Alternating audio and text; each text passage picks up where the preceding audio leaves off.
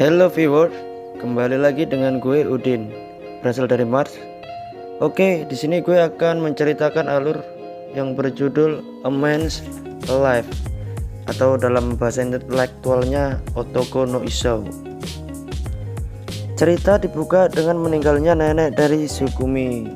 Sugumi ini bekerja dari perusahaan elektronik besar di Tokyo, dan ia memutuskan pindah ke pedesaan sepeninggal dari neneknya.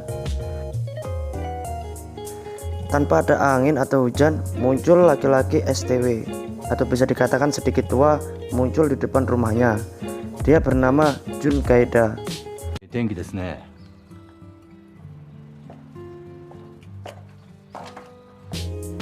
Si Jun ini kakek tua mengatakan ke Sugumi bahwa ia mantan mahasiswa neneknya, dan neneknya memberinya kunci rumah.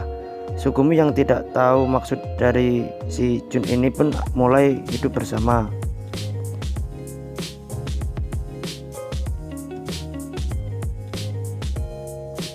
Disinilah interaksi antara mereka dimulai. Si Jun bilang bahwa Sugumi ini sebenarnya cantik dan manis, tapi ia kurang berusaha untuk berdandan. Bisa ai. 君そこそこ綺麗やのに手入れしてへんな。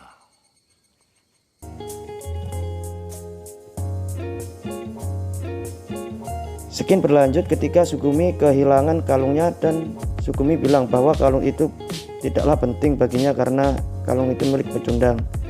Di sini Jun mendengar perkataan itu merasa kecewa karena Sugumi tidak menghargai dirinya sendiri. 君は自分を大事にしなさすぎや。腹立つ。 Setelah merasa kecewa, Jun ini pun pergi. Tak disangka-sangka, ternyata si Jun ini mencari kalung milik Sugumi sampai ia rela hujan-hujanan.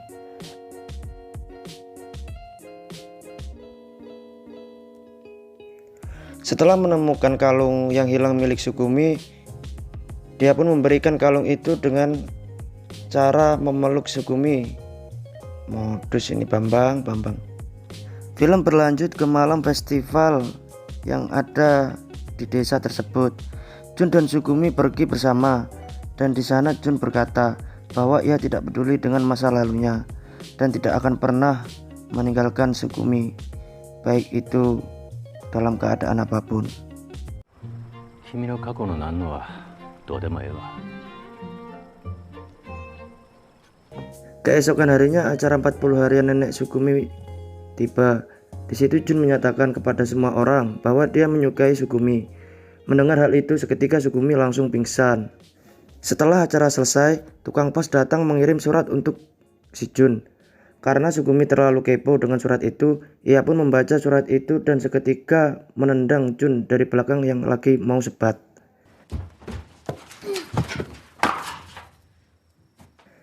Ternyata Sugumi salah paham kalau surat itu dia pikir dari istri Jun. Dan dengan santai si Jun memberitahu bahwa surat itu dari keluarganya. Kurang lebihnya seperti ini. Sugumi, surat itu dari keluargaku bahwa aku disuruh pulang. Dan dengan anehnya tiba-tiba ada anak kecil yang berada di rumah Sugumi. Dia bernama Makoto. Ternyata Makoto ini ditelantarkan oleh ibunya karena dia punya garangan baru. Si Jun yang merasa terganggu dengan anak kecil tersebut bicara pada Sugumi bahwa ia tidak ingin ada anak kecil di rumahnya. Karena Sugumi merasa iba, dia pun merawat Makoto.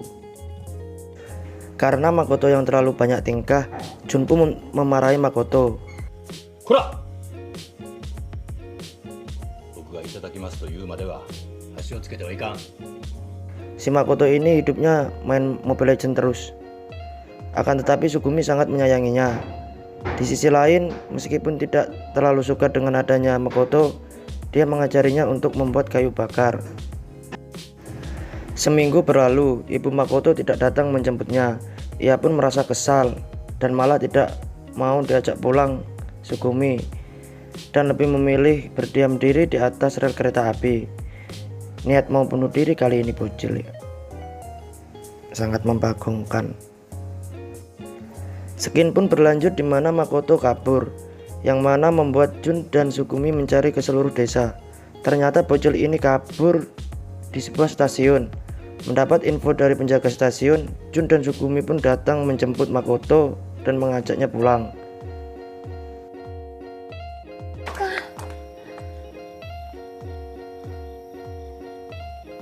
何をしてるんやお前は。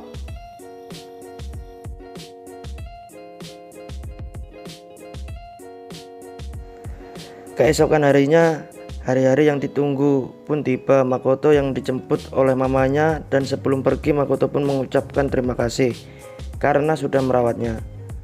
おばちゃん、ありがとう。おじいちゃんも。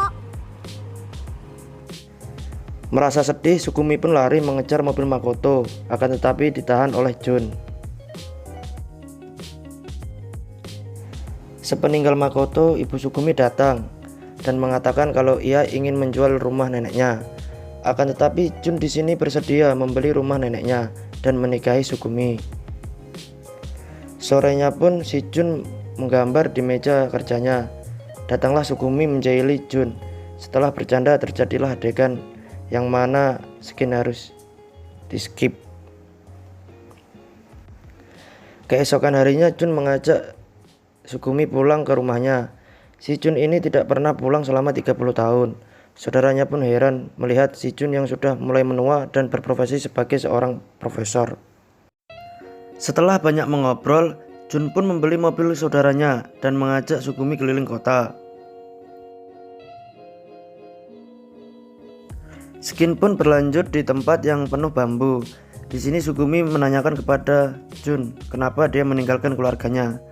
Jun pun menjelaskan kalau waktu itu ia masih muda dan masih labil. Ketika saat santai di rumah, tiba-tiba mantan Sukumi datang dan mengajaknya untuk menikah karena ia sudah menceraikan istrinya. Mendengar hal itu, Jun pun memukul mantan Sukumi tersebut. Disinilah terjadi perkelahian. Bukannya menolong Jun, Sukumi malah menolong mantannya dan menemaninya sampai dia di rumah sakit. Di sisi lain, karena Jun merasa kecewa, dia pun akhirnya pergi dari rumah Sukumi. Setelah pulang dari rumah sakit, Sukumi pun mencari si Jun.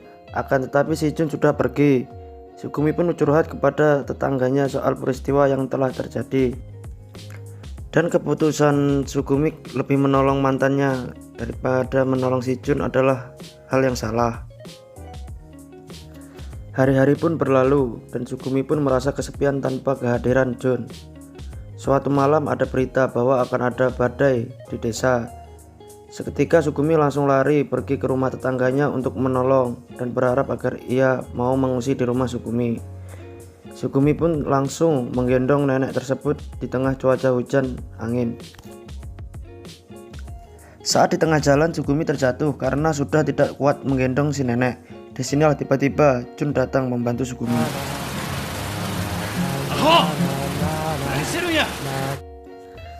Setelah peristiwa itu pun, keesokan harinya Jun dan Sukumi mendapat surat dari Makoto, anak kecil yang pernah dirawatnya. Surat itu berisi bahwa keadaan Makoto baik-baik saja dan tamat